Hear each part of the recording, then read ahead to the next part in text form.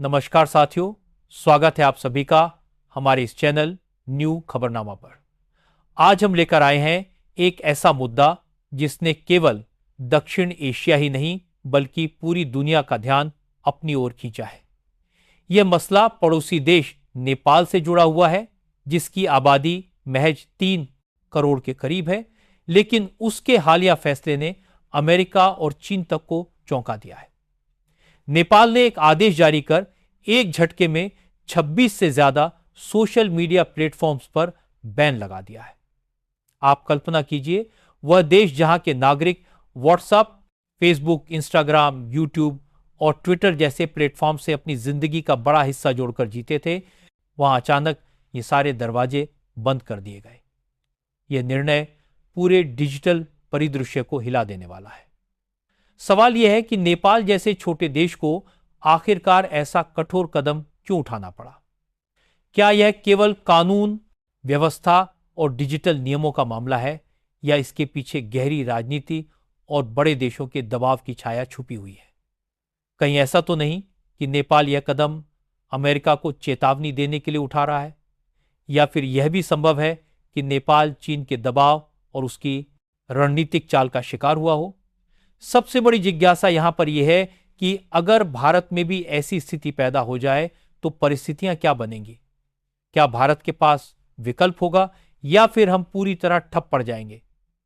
साथ ही क्या सचमुच समय आ गया है कि भारत को अपना खुद का सोशल मीडिया प्लेटफॉर्म तैयार करना चाहिए, जिस पर पूरी तरह से भारतीय नियंत्रण हो?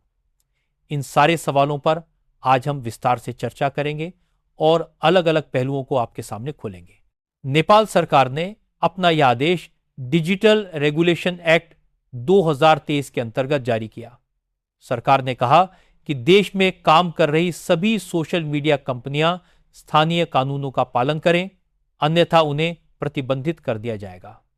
नियम यह था कि इन कंपनियों को नेपाल में अपना दफ्तर खोलना होगा, साथ ही एक ग्रीवांस रिड्रेसल ऑफिसर नियुक्त करना होगा जो आपत्तिजनक कंटेंट, फेक न्यूज या गलत जानकारी फैलाने की स्थिति में तुरंत कार्यवाही कर सके। सरकार चाहती थी कि हर कंपनी नेपाल के भीतर अपने कर्मचारियों और संरचना के जरिए जवाबदेही तय करे, लेकिन हकीकत यह रही कि इन कंपनियों ने नेपाल की चेतावनियों को हल्के में लिया। कई बार समझाया गया, नोटिस भेजे गए, यहां तक कि 7 दिन की अंतिम चेतावनी तक दी गई कि या तो देश में दफ्तर खोलो या फिर बंदी झेलने को तैयार रहो। जब डेडलाइन समाप्त हो गई और कंपनियां अपनी जिद पर अड़ी रहीं, तो नेपाल सरकार ने कड़ा कदम उठाते हुए बैन लागू कर दिया। अब यह सवाल उठना स्वाभाविक है कि आखिर नेपाल जैसे अपेक्षाकृत छोटे देश ने इतनी बड़ी कंपनियों को आंख क्यों दिखाई? क्या सचमुच यह केवल नियम तोड़ने की सजा है, या इसके पीछे कोई और मकसद भी छुपा है? यहां यह याद रखना जरूरी है कि नेपाल की राजनीति पिछले कुछ समय से अस्थिर रही है। जनता का एक तबका फिर से राजशाही की वापसी की मांग कर रहा है। विरोध प्रदर्शन जगह जगह पर हो रहे हैं। सोशल मीडिया प्लेटफॉर्म्स पर लोगों ने सरकार के खिलाफ अपनी आवाज़ बुलंद करनी शुरू कर दी थी। फेसबुक और ट्विटर पर विरोध के हैशटैग ट्रेंड करने लगे थे। छात्र, पत्रकार और आम जनता वीडियो अपलोड करके समर्थन जुटाने में लग गए थे। इसका प्रभाव यह हुआ कि सरकार को महसूस हुआ कि अगर यह सब ऐसे ही चलता रहा तो वह और कमजोर होती जाएगी। सत्ता का नियंत्रण कमजोर होता दिखाई देने लगा। विशेषज्ञों का मानना है कि कानून पालन का तर्क केवल एक बहाना है, असली वजह आम जनता की अभिव्यक्ति की ताकत को रोकना और राजनीतिक असहमति को दबाना भी है। सोचिए, वे सारे डिजिटल माध्यम जिन पर लोग अपने विचार रखते थे, जिनसे वे परदेश में बैठे अपने परिवार से जुड़े रहते थे, जिनसे ऑनलाइन व्यापार और शिक्षा चल रही थी, अचानक लॉक कर दिए गए। देश का युवा वर्ग सरकार के इस फैसले को डिजिटल दमन की संज्ञा दे रहा है। सोशल मीडिया इन्फ्लुएंसर, पत्रकार, छात्र और कार्यकर्ता सभी सड़कों पर उतरकर कह रहे हैं कि यह फैसला हमारी स्वतंत्रता छीन रहा है। लेकिन सरकार का पक्ष भी सुनने लायक है। उनका कहना है कि बीते कुछ वर्षों में फेक अकाउंट्स, अफवाहें और समाज विरोधी संदेशों की बाढ़ सोशल मीडिया पर बढ़ गई थी। कोई भी मनमर्जी से किसी नेता, महिला या आम नागरिक पर गलत आरोप लगाकर पोस्ट कर देता था और सरकार इन तक पहुंच नहीं पाती थी। कंपनियां सरकारी अनुरोधों की ओर गंभीरता से ध्यान नहीं देती थीं। लिहाजा यह बैन जनता के हित में जरूरी हो गया। दिलचस्प बात यह है कि इस बैन के दौरान अधिकांश अमेरिकी कंपनियां प्रभावित हुईं, लेकिन चीनी ऐप टिकटॉक को छूट मिल गई। क्यों? क्योंकि टिकटॉक ने पहले ही नेपाल में अपना स्थानीय ऑफिस बना लिया था और डिजिटल रेगुलेशन एक्ट की शर्तों का पालन कर लिया था। यही वजह है कि आज नेपाल में टिकटॉक जबरदस्त रूप से चल रहा है, जबकि बाकी अमेरिकी ऐप्स ठप हो चुके हैं। यहीं से एक और बड़ा सवाल निकलता है कि क्या नेपाल चीन के दबाव में इतना आगे बढ़ा? क्या यह अमेरिकी कंपनियों को बाहर कर चीन की कंपनी को बढ़ावा देने की सोची समझी रणनीति थी? हाल ही में नेपाल के प्रधानमंत्री और चीन के राष्ट्रपति शी जिनपिंग की मुलाकातें हुईं और कई समझौते साइन हुए।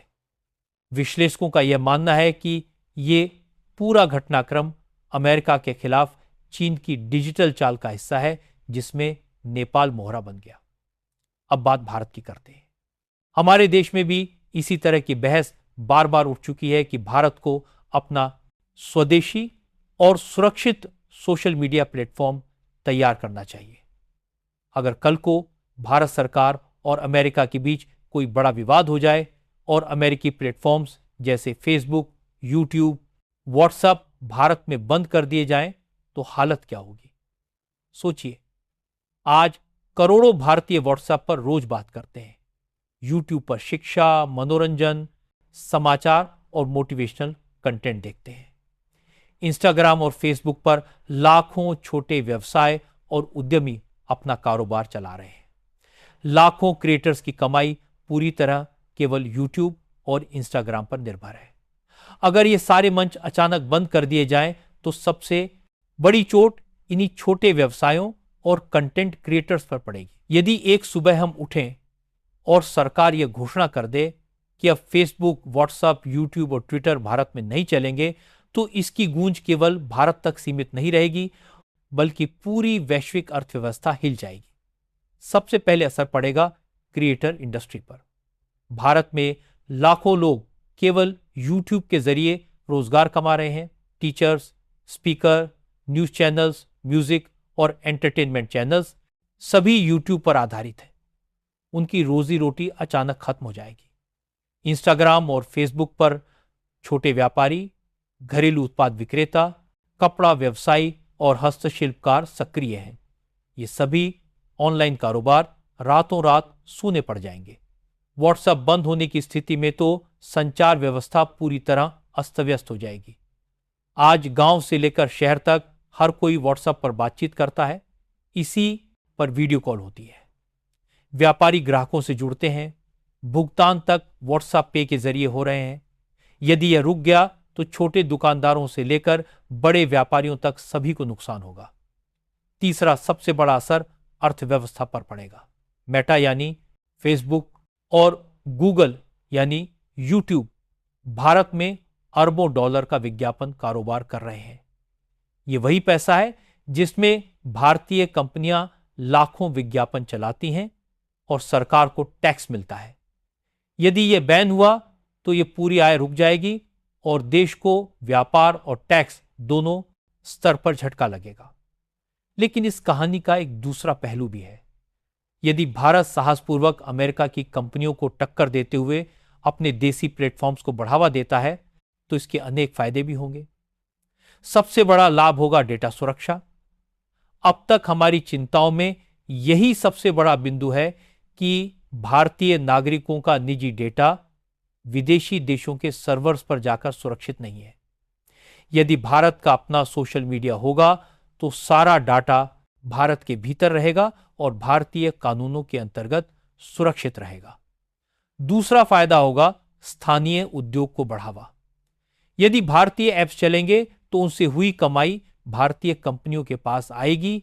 भारतीय युवाओं के लिए नई नौकरियां पैदा होंगी। हमारी टेक्नोलॉजी इंडस्ट्री मजबूत बनेगी और आत्मनिर्भर भारत का सपना और निकट आ जाएगा। चीन ने अपने देश में वीचैट, वीबो और टिकटॉक जैसे प्लेटफॉर्म्स बनाकर पूरी दुनिया तक पहुंचाया और आज उसकी डिजिटल शक्ति पूरी दुनिया में स्थापित है, उसी तरह भारत भी अपने ऐप्स के जरिए डिजिटल संप्रभुता हासिल कर सकता है। तीसरा फायदा यह होगा कि यदि हमारे पास अपने विकल्प होंगे तो भारत किसी भी विदेशी दबाव में नहीं फंसेगा। अगर भविष्य में कोई बड़ा देश भारत पर राजनीतिक या आर्थिक दबाव बनाने की कोशिश करेगा तो हम मजबूर नहीं होंगे, क्योंकि हमारे पास अपने नेटवर्क और अपने प्लेटफॉर्म्स होंगे। लेकिन यह कहना जितना आसान है, व्यवहार में उतना ही कठिन है। यहां चुनौतियां बहुत बड़ी हैं। सबसे पहली चुनौती है उपयोगकर्ताओं का भरोसा जीतना। लोग उसी प्लेटफॉर्म को अपनाते हैं जो इस्तेमाल में आसान हो, भरोसेमंद हो और वैश्विक स्तर पर जुड़ा हो। आज यूट्यूब, फेसबुक और इंस्टाग्राम ने इतनी बड़ी यूजर बेस बना ली है कि लोगों को उनसे हटाना आसान नहीं होगा। दूसरी चुनौती है पूंजी और तकनीक। अमेरिकी कंपनियों के पास अनगिनत डॉलर हैं और दुनिया भर के बेहतरीन इंजीनियर्स, रिसर्चर और वैज्ञानिक उनके साथ काम करते हैं। भारत की कंपनियों और सरकार को इस स्तर की प्रतिस्पर्धा करने के लिए बड़े पैमाने पर निवेश करना होगा। तीसरी और बड़ी चुनौती है वैश्विक विस्तार। यदि भारत केवल अपने देश के लिए ऐप बनाए तो उसका असर सीमित रहेगा। असली सफलता तभी होगी जब भारतीय प्लेटफॉर्म्स दुनिया भर में चलें, तभी वे अमेरिकी कंपनियों को टक्कर देंगे और डिजिटल इकोनॉमी में भारत अपनी पहचान बनाएगा। नेपाल का यह फैसला दुनिया के लिए एक सबक है कि छोटे देश भी दृढ़ निश्चय और नियमों को लेकर खड़े हो सकते हैं और बड़ी बड़ी कंपनियों को चुनौती दे सकते हैं। लेकिन इसके नतीजे दोनों तरह के हो सकते हैं, अच्छे भी और बुरे भी। नेपाल का अनुभव बताता है कि वहां जनता सड़कों पर इसलिए है क्योंकि विकल्प नहीं है। भारत में भी अगर कल प्रतिबंध लगे और विकल्प पहले से तैयार न हो तो जनता जरूर विरोध करेगी। लेकिन यदि हम पहले से तैयारी कर लें, मजबूत भारतीय सोशल मीडिया विकल्प बाजार में उपलब्ध हो, तो हमें डरने की जरूरत नहीं होगी। इसलिए अब यह सवाल आपके सामने है, क्या भारत को लंबे समय तक अमेरिकी कंपनियों पर निर्भर रहना चाहिए या फिर समय आ गया है कि हम आत्मनिर्भर बने और अपने स्वदेशी प्लेटफॉर्म्स को मजबूत करें? हमारे पास विकल्प है कि हम अपना फेसबुक, अपना व्हाट्सएप और अपना यूट्यूब खड़ा करें। इसमें कठिनाइयां हैं, लेकिन संभावनाएं उससे कहीं बड़ी हैं। अंत में दोस्तों, हमारी यही कोशिश रहती है कि खबर आपको केवल सुनाई न जाए, बल्कि उसके हर पहलू को सामने लाकर आपके लिए साफ किया जाए, ताकि आप खुद अपना मत तय कर सकें। अगर आपको हमारी यह कोशिश छोटी सी अच्छी लगी